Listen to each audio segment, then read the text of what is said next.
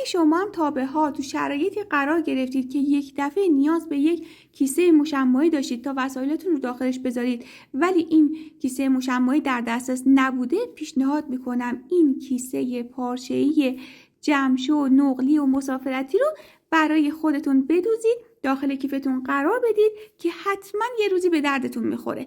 دوختش فوق‌العاده راحته، خیلی هم کمجا و سبکه، به همین راحتی هم که میبینید تا میخوره جمع میشه و داخل کیف قرار میگیره. شما میتونید از این کیسه های جمشو نقلی برای دوستانتون به عنوان هدیه بدوزید و یا ازش کسب درآمد کنید. برای شروع ما به 2 مستطیل پارچه‌ای به ابعاد 47 در 44.5 نیاز داریم و همچنین 2 مستطیل به ابعاد 50 در 11 سانت نیاز داریم و 2 مستطیل دیگه به ابعاد 11 در 23 سانت نیاز داریم و همچنین یک دونه چسب نرم ماده به ابعاد 2 در 5 سانت نیاز داریم. برای شروع مستطیل 23 در 11 سانت رو به این شکل روی هر دو پارچه به سمت همدیگه باشه قرار میدیم، از وسط تا میکنیم، با سوزن فیکس میکنیم و گوشه کار رو با کمک یه چیز گرد یا مثل من با پیستوله با خودکار حرارتی گرد میکنیم به این شکل و بعد این قسمتی که رسم کردیم رو برش میزنیم. حالا کار رو باز میکنیم، دور تا دور کار رو با نیم سانت حق درز باید بدوزیم، قسمت بالا باز میمونه. از اینجا کار رو میخوایم به رو برگردونیم. من اینجا دوخت رو انجام دادم، دور تا دور قسمت دوخت هلال رو باید چرت بزنیم چون دوختمون هلال است. برای اینکه راحت برگرده من از قیچی دالبر و زیگزاگ استفاده کردم، شما میتونید همون چرت معمولی بزنید. بعد کار رو به رو برمیگردونیم، یه اتوی خوب به این قسمت میزنیم و وقتی اتو کارش رو خوب انجام دادیم دور تا دورشو با 1 تا 2 میلیمتر فاصله از لبه ها میدوزیم که من اینجا دوختش رو انجام دادم. حالا کار رو از وسط تا میکنم، میخوام وسطش رو مشخص کنم.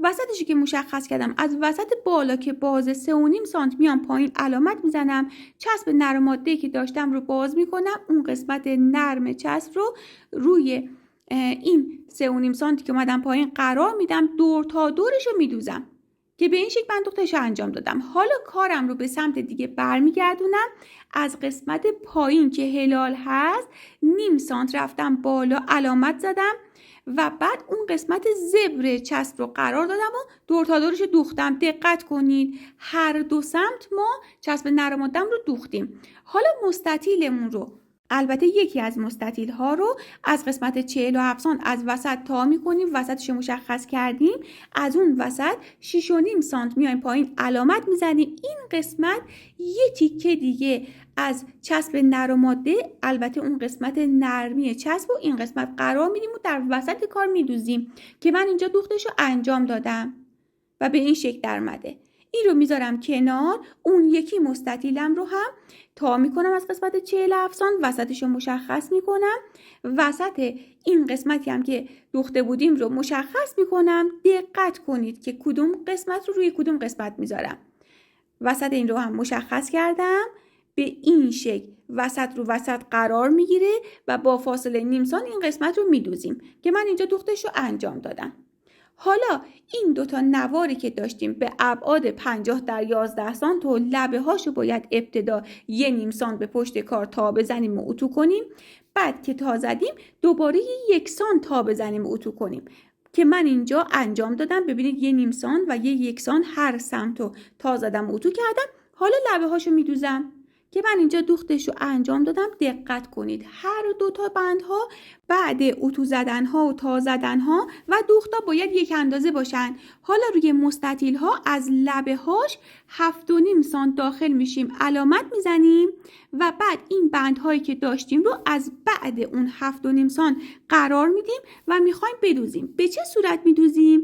ابتدا 1 سانت علامت میزنیم که من با خودکار حرارتی علامت زدم و بعد 2.5 سانت از اون نیم سانت میایم پایین و یه علامت دیگه میزنیم و اینها رو میدوزیم.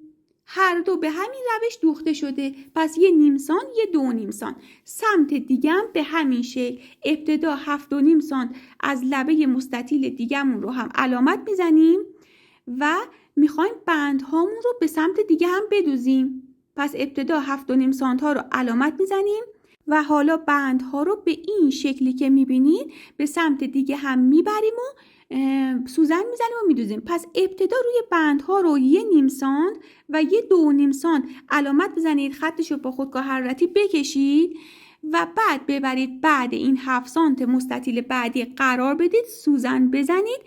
اینطوری دوخت براتون راحت تر میشه.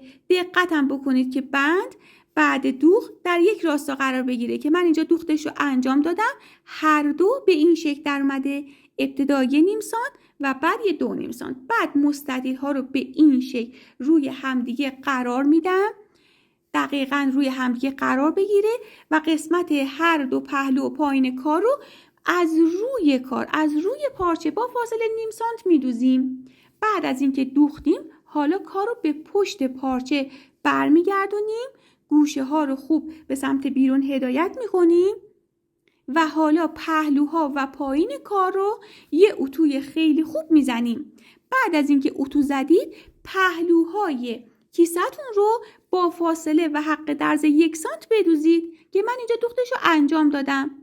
دقت کنید الان ما دوختمون از پشت کار هست. حالا بندهامون رو بیرون میاریم، در راستای بندها این تیکه از پهلوهای کیسه‌مون رو به پشت تا میزنیم مجدد. ببینید در راستای بندها، یعنی به اندازه همون بندها، اینها رو تا میزنیم به این شکل، با سوزن فیکس میکنیم، حدود 7 سانت برمیگرده. بعد قسمت پایین رو با حق درز 1 سانت میدوزیم به همین شکلی که میبینه که من اینجا دوخت رو انجام دادم. این کار به کیسه‌مون حجم میده و داخل کار تمیزتر میشه. بعد از اینکه این کار رو انجام دادیم حالا لبه های کار رو دور تا دور 1 سانت به پشت تا میزنیم و اتو میکنیم. وقتی 1 سانت تا زدید و اتو کردید مجدد یه تای 2 سانتی دیگه هم میزنید و اتو میکنید. پس مجدد یه تای 2 سانتی هم بزنید و اتو کنید که من اینجا این کار رو انجام دادم. حالا کار رو به رو برگردونید و ببرید زیر چرخ و بدوزید. دقت کنید ما 2 تا دوخت باید اینجا بزنیم، یه دونه لبه کار با 1 میلیمتر فاصله از لبه ها و یه دونه پایین 2 سانت که ابتدا من اون دوخت 2 سانت انجام دادم به این شکلی که میبینید. ببینید دقیقاً اون دوختای 2.5 سانتی که اون ابتدا انجام داده بودیم اینجا به کارمون میاد اگه اندازه ها رو دقیق انجام داده باشید و اون نقاط دیگه اصلا بیرون نمیزنه. یه خط راهنما برای دوخت لبه های کیسه شما میشه به این شکلی که میبینید. پس ابتدا من 2 سانت ها رو دوختش رو انجام دادم دور تا دور و بعد از لبه کار که لبه کیسمون میشه با 1 میلیمتر فاصله از لبه ها دور تا دور دوختش رو انجام دادم به این شکلی که میبینید. بعد از اینکه دوخت دور تا دور کار رو انجام دادید یه اتوی خوب بزنید، قسمت های پهلوی کار رو هم با دستتون به داخل هدایت کنید و اتو کنید.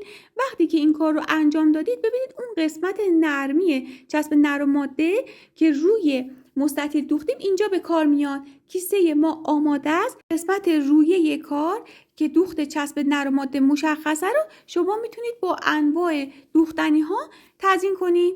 مثل من که از تورهای تزیینی مارک پارچه‌ای استفاده کردم. از روبان هم میتونید استفاده کنید. امیدوارم از این آموزش هم نهایت استفاده رو برده باشین و برای دوستاتونم بفرستید.